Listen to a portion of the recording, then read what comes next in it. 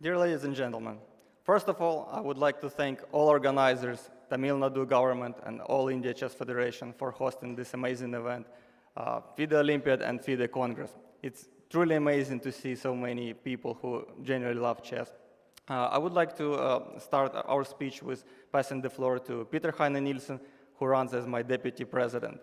Peter Heine Nielsen is former coach of the world champion Vishy Anand and current coach of the world champion Magnus Carlsen. Thank you, Andrii. Chess is a fantastic game. This Olympiad is fantastic, perhaps the best ever. India, Chennai, a welcoming host, and the whole world visits and makes us truly gens una sumus. We are one global family, joined together by the game we love. We are gathered here today at the General Assembly to elect the president, the leader of our family. Our position has been very clear. Arkady Dvorkovich cannot be president of a unified family. With the current president, we are no longer one family because of his past, but also because of his present. On the 2nd of August, even during this FIDE Congress, the US State Department announced full sanctions on the Skolkovo Foundation, the Russian research university complex led by the current FIDE president for the last decade. The reason for the sanctions were clear. During the last decade, Skolkovo has actually been involved with the Russian military industry. According to the report, they have been involved in developing materials for tanks, engines for helicopters, specialized material for aircraft wings, and engines for ships. Skolkovo has helped in innovating the Russian army, and right now we see how these innovations are being used to attack a neighboring country, costing up to 100,000 of lives, depending on estimates, making millions of people flee their homes, their country. Dvorkovich's responsibility as head of Skolkovo for the last decade is undeniable. Dvorkovich's responsibility as the head of Skolkovo, with his ties to the Russian military, is uncombinable with being the head of a global family. To this day, the current Russian president still sits on the board of trustees together with Dmitry Peskov and Sergei Shoigu. They are leaders of his countries. They are even former colleagues. But to us, they are killers. They are war criminals. Internationally condemned by the vast majority of the world, Peskov is Putin's spokesperson, Putin who gave the order to the invasions, and Shoigu, the Russian Minister of Defense, carried out these orders. We all know the massacres of Bucha, of Mariupol, but to keep it within our chess family, players have died. Children of players have died. A Ukrainian player in this Olympiad has had his house destroyed. Being a part of a family comes with obligations. The current president of FIDE cannot both be a unifying head of our family and at the same time sit at the board of trustees with people directly responsible for a war causing death and unimaginable pain to members of our family. Chess has a fantastic image. The royal game, the Queen's Gambit Netflix thing, the Queen of Cat with chess in school. Chess has boomed online during the pandemic and kept us connected, and our family has grown. The FIDE presidency, however, for some strange reason, we have accepted not to have an impeccable image. Perhaps it started with Campomanes and his ties to Marcos, but of course, especially with Kirsan Ilyushimov and his visits to Saddam Hussein and Gaddafi. When Kirsan got sanctions due to the ties to Assad in Syria, Russia indeed put on an impressive operation, keeping power within FIDE by having Arkady Dvorkovich win the presidency of a campaign that even included Vladimir Putin himself. And Russia also ensured that the presidency was an immediate success by bringing in a lot of state-owned companies, donating money, boosting FIDE's financial situation. We think this is the wrong way of governing FIDE. We think the chess world, that FIDE, could be even better than it is now, and that the core problem is this reputational damage over the last 40 years. And while the reputation of the game is good, is excellent, and thus the potential is there, the root of the problems lies with the presidency.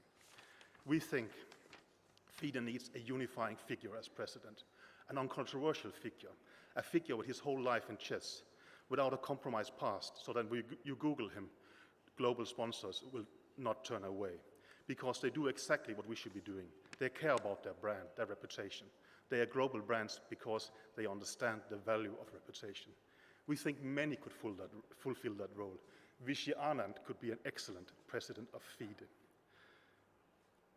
But with the current options, no doubt we think we represent the best choice.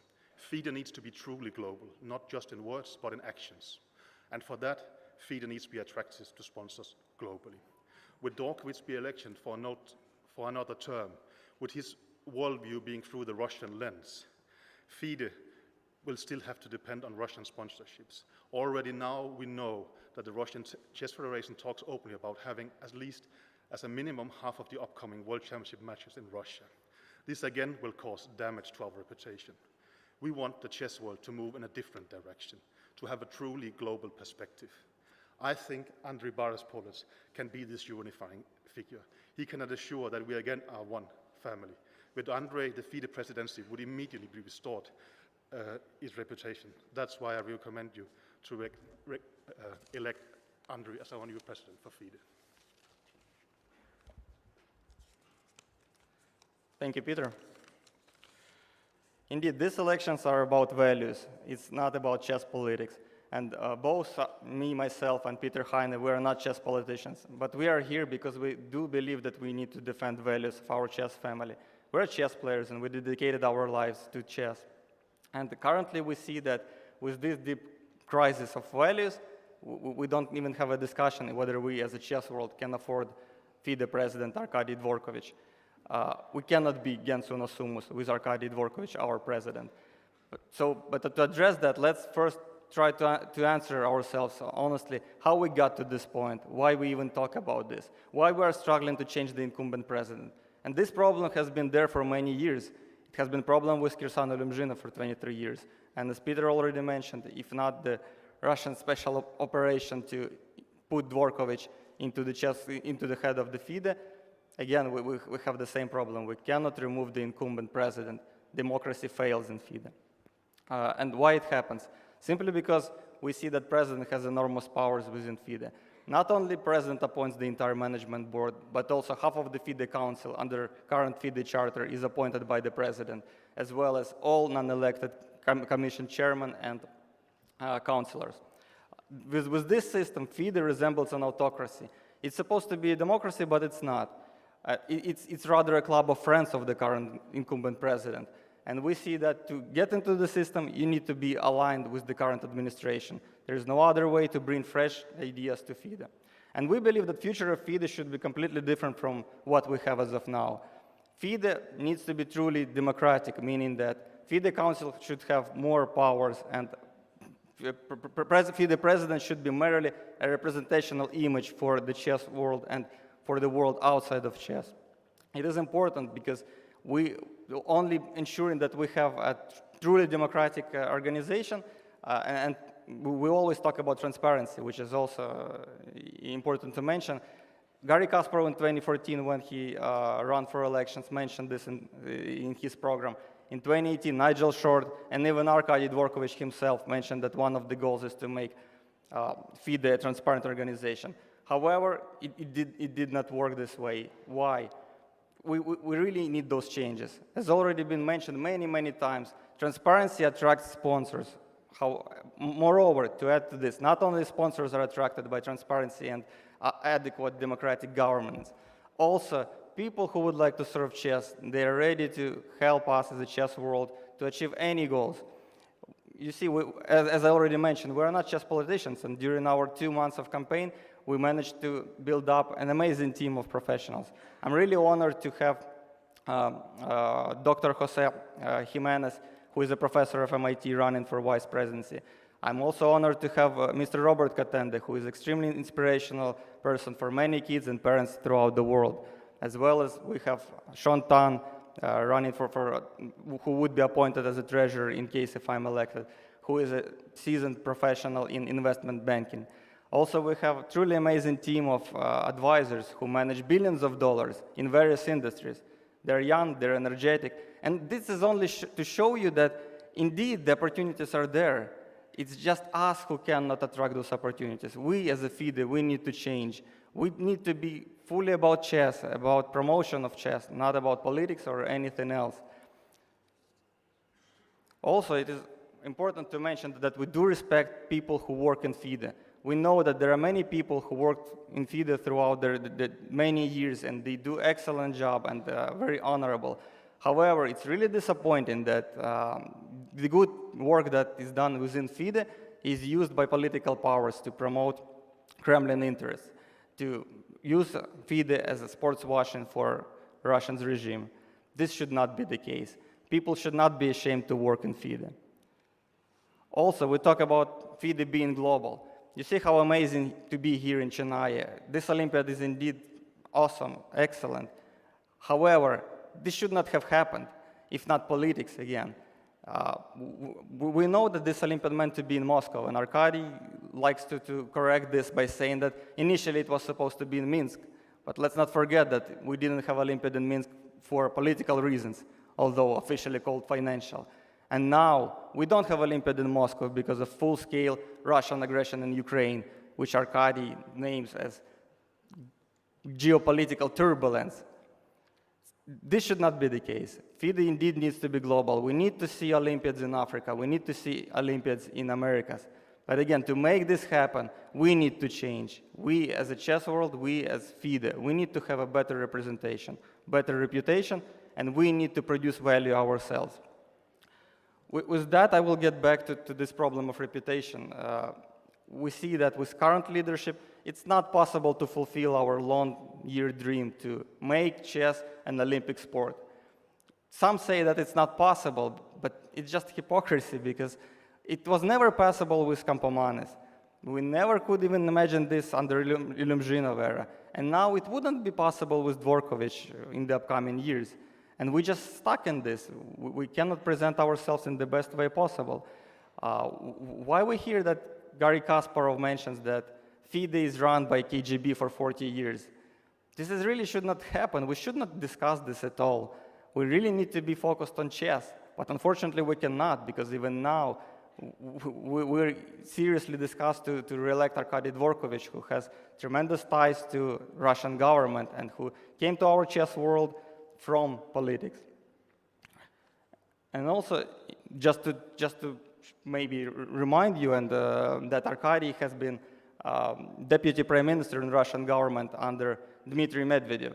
And just 5 days ago, Dmitry Medvedev on his Facebook mentions literally that it is okay to invade Georgia and Kazakhstan. Is it normal? Is it something that we as a chess world need to think of? I think we don't need to be associated with wars. We're here to unite people. Chess unites people. But unfortunately, it cannot be done with Arkady. And it's not because what Arkady say. It's not say chess. You cannot say, I cut all the ties and now I'm good. No, it's your portfolio. It's what you have done for many years. You, Arkady, are responsible for what happens in Ukraine now. You are responsible for building up the Russian government and Russian war machine. And we as a chess world, how can we afford this? Again, why we're even talk about it? We really need president and FIDE that beyond any doubts are political, that beyond any doubts serve chess exclusively. And again, as I mentioned, these elections are about values. And it is definitely morally wrong to re-elect Arkady Dvorkovich as our president. Not only it's morally wrong, but even practically it is wrong. Because we cannot attract sponsors going forward. We cut the ties with Russian sponsors that Arkady brought in 2018, 2019.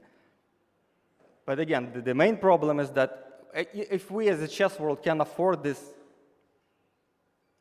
it's question to you. I think we do not need to be dependent on these politics. We do not need to even discuss them. But it's a choice. FIDE should not be dependent. And again, it's a choice. And I do believe in good in people. I do believe in bright future of chess. And of course, I would be happy to present a bright program and say how everything great would be. But it's not about saying, it's about doing. And I'm here with Peter Heine to present an alternative for you as a chess world. To say that the world can... 1 minute left. Thank you, Herbert. Yes, to present an alternative and say that the world of chess could be completely different if we just cut all the ties to Russian government. And now, who needs the most for Arkady to be reelected? It's Russian government. And it's a huge reputational blow for all of us. So again, it's all about values.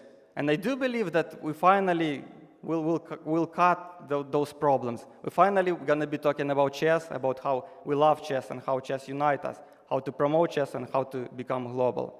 But it's your choice. Thank you.